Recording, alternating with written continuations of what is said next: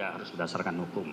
Nah, ini bagian yang saya cermati bahwa di dalam mengungkap peristiwa perbuatan dan akibat, daya eskalatifnya memang seringkali muncul dalam bentuk opini atau pandangan apa yang disebut dengan praduga-duga.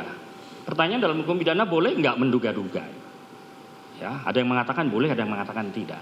Ya, bagi saya menduga-duga itu boleh, dan itu memang jalan awal hukum pidana. Namun praduga-duga itu harus bisa dikendalikan. Ya, nah, karena itu bisa dikembalikan. Menurut hemat kami praduga-duga itu ada 3 konsepnya. Nah, pertama, karena ini menyangkut social effect, ya, persepsi masyarakat, persepsi publik, persepsi ataupun legal effect, persepsi hukum. Maka yang pertama harus ada praduga hangus buat saya, atau Burton prejudice. Itu persangkaan hangus. Seseorang boleh kita tuduh, boleh kita sangka, tetapi harus ada bukti.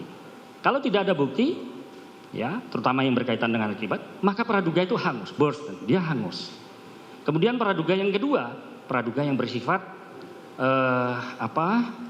eksistensi. Praduga yang didasarkan pada evidence. Siapa? Hari ini saya mengatakan seseorang melakukan tindak pidana. Buktinya apa? Ada dokumen tertulis. Yang satu mengatakan ada dokumen otentik. Mana yang lebih kuat? Ya, base evidence. Sangat tergantung pada penilaian mana bukti yang lebih kuat atau paling kuat. Karena di dalam hukum pidana berlaku apa yang disebut beyond reasonable doubt, itu yang disampaikan bahwa tidak boleh ada keraguan-raguan kalau menyangkut satu peristiwa perbuatan dan akibat. Kemudian yang terakhir ada praduga yang bersifat konklusif. Praduga ini sudah tidak bisa dibantah. Misalnya apa?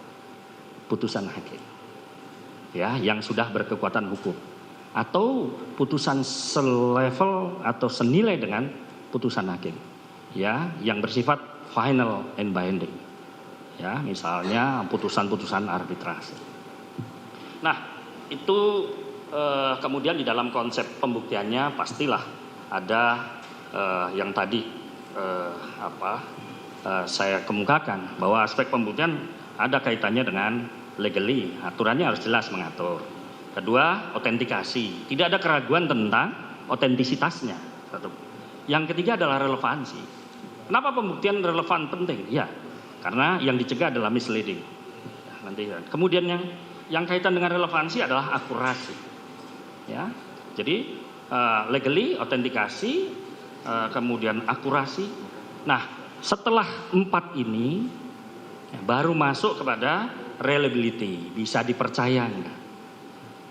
Nah, yang 3 terakhir adalah admissibility. Ini wilayahnya yang mulia, bisa diyakinkan tidak, bisa membentuk keyakinan. Ini prinsip di dalam pembuktian itu sendiri, sehingga kata duga, prasangka itu suspicious bentuknya, kecurigaan. Tapi suspicious itu harus reasonable. Maka konsep reasonable suspicious itu harus didasarkan pada tadi. Pembuktiannya harus legally, harus autentikasi, relevansi, kemudian reliability dan admissibility. Ini ada pada wilayah keyakinan yang di dalam bahasa hukum pidananya disebut beyond reasonable doubt. Kita tidak boleh ada keraguan di dalam pembuktian itu. Terkait juga termasuk bewis menjalannya, ya, alat yang dibuktikan, bewis wearingnya, bagaimana alat bukti itu diuraikan, ya, difungsikan.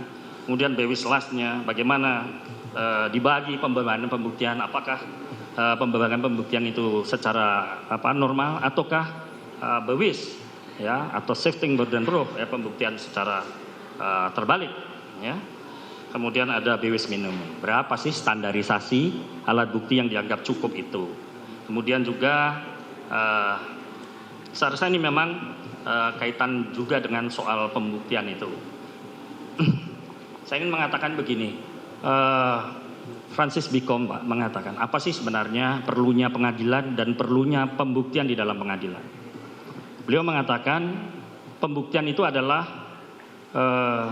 searching for the truth, katanya, mencari kebenaran. Jadi sistem peradilan itu menurut beliau harus trial with truth, harus dengan kebenaran.